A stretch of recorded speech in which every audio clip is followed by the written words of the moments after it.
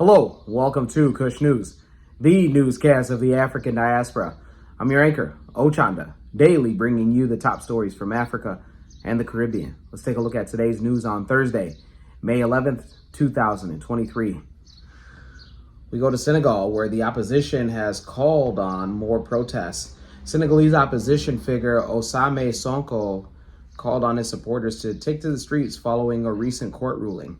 Sonko, who had received a 2-month suspended sentence and a very, very expensive fine back in March for defaming a tourism minister, had appealed on a Senegalese court on Monday to upholding the fine and increasing the suspension term.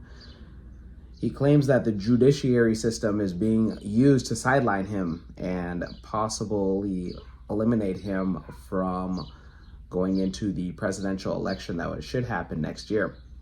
He stated what happened yesterday was a theater play in which roles were assigned. It no way calls into question our plans. Only God can prevent my candidacy, he reiterated. I am now more than ever a candidate for the February 2024 presidential elections.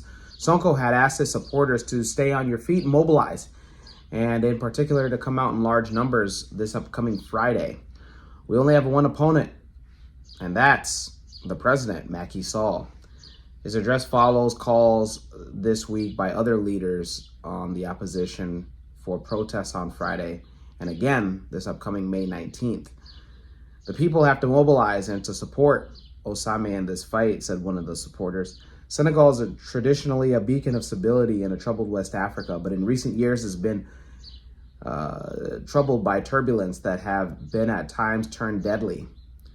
Ousmane Sonko came in third back in the 2019 presidential election against Macky Sall, but his candidacy this time around has been clouded by the unfavorable appeal decision. Sonko is also facing trial later this month for an alleged death threat and rape allegation over a complaint by an employee at a beauty salon where he went for a massage. The government has denied the accusation. The spokesperson who said that he saw no reason to ban the opposition protests as long as there's no risk for disturbing the peace. The presidential party accuses Sonko to paralyze the country and to drumming up anger in the streets in a bid to escape justice. His appointments with the justice system are often sources of tension and near paralysis of traffic in the city of Dakar. Political tensions have also been stoked by President Macky Sall's refusal to rule out running a third term as president, a move his opponents say would be unconstitutional. Khalifa Sall, the former mayor of Dakar, who is not related to the president, are both prominent opponents of the president. The decision against Sonko on Monday caused unsporadic unrest in Dakar and other cities. The opposition calls for demonstrations this upcoming Friday. Meanwhile, authorities have banned numerous rallies and deployed police resources to other towns and cities. Those in Senegal, let us know your thoughts and let us know if you will be attending tomorrow's protests. Let's go to the Caribbean, specifically Antigua and Barbuda.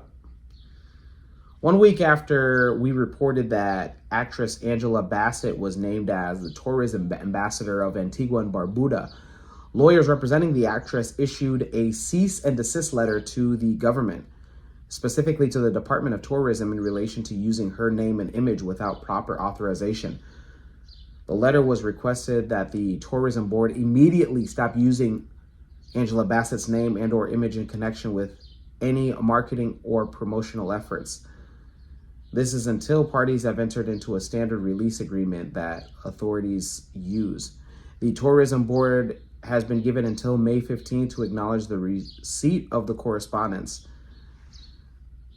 Angela Bassett, a movie star from the United States, who recently visited the Caribbean island of Antigua and Barbuda, and we are told that she frequently visits Antigua. Commenting on the development, the Chief of Staff of the Office of the Prime Minister, Ambassador Lionel Hurst, explained that the lawyer from of the letter is attempting to ensure two things. First, that there are no tax liabilities attached to Angela Bassett's agreement to agreeing to being a tourism ambassador. And then second, she's a U.S. citizen and you agree to act on behalf of a foreign government. It will also require you, in some instances, a license, almost from the State Department of the United States, listing that you are now a foreign agent. He claims that the lawyers just want to ensure that there's no liability that is attached to her. Those in Antigua and Barbuda, let us know your thoughts and let us know if you foresee, in fact, Angela Bassett continuing to be a tourism ambassador, fully, legally, of course. Let's go to St. Martin, and St. Martin. Dutch Sint Maarten and French Saint Martin share an island in the Caribbean, which both sides are separated by a border, and that have been the center of a dispute regarding its location. Recently, it's finally been settled after about 9 years as where the border exactly lies. Prime Minister of Saint Martin, Sylvia Jacobs, says that since the end of 2022, reports have been in the media, both from kingdom level as well as from sides of France, that an agreement have been reached on the location of the border between Saint Martin and Saint Martin.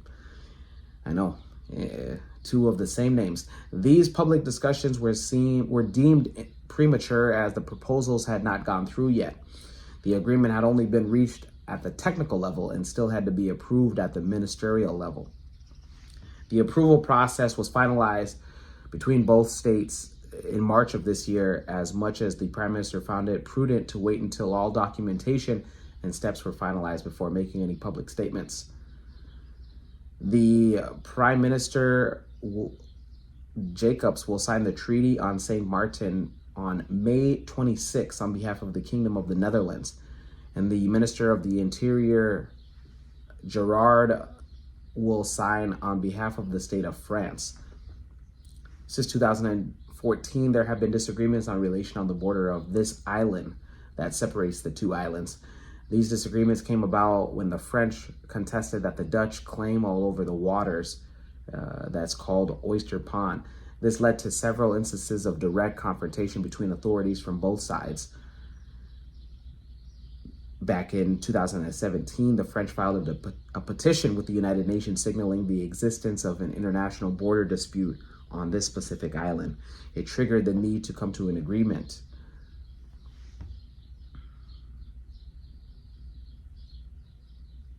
The treaty makes provisions to promote cooperation on all across land and inland waterway connections. In the negotiations, Dutch Saint Martin is ensured the right to access freedoms of navigation, mooring, and the freedom to conduct fishing both in Simpson Bay Lagoon and Oyster Pond.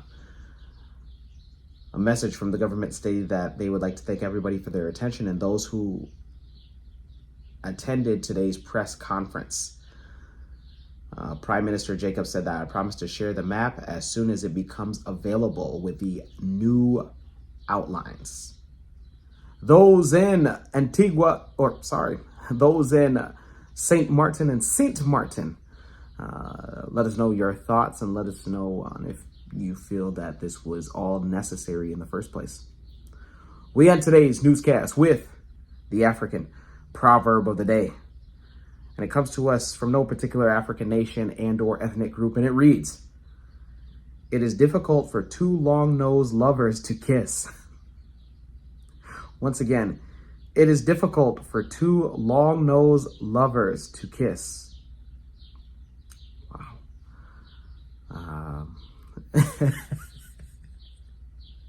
I don't. So for us, flat-nosed lovers, this is your chance right now. You guys can kiss. Go ahead. I'll give you guys 3 seconds. All right. Cut it out. Let me know your interpretation of today's African proverb of the day, as well as your thoughts, views, questions, comments, and concerns. Don't forget to like, subscribe, and hit that notification bell for today.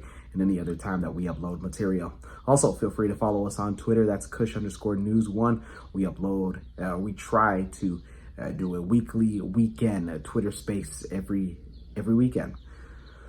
For Kush News on Kush Convos TV, I'm Ochanda. We'll see you soon.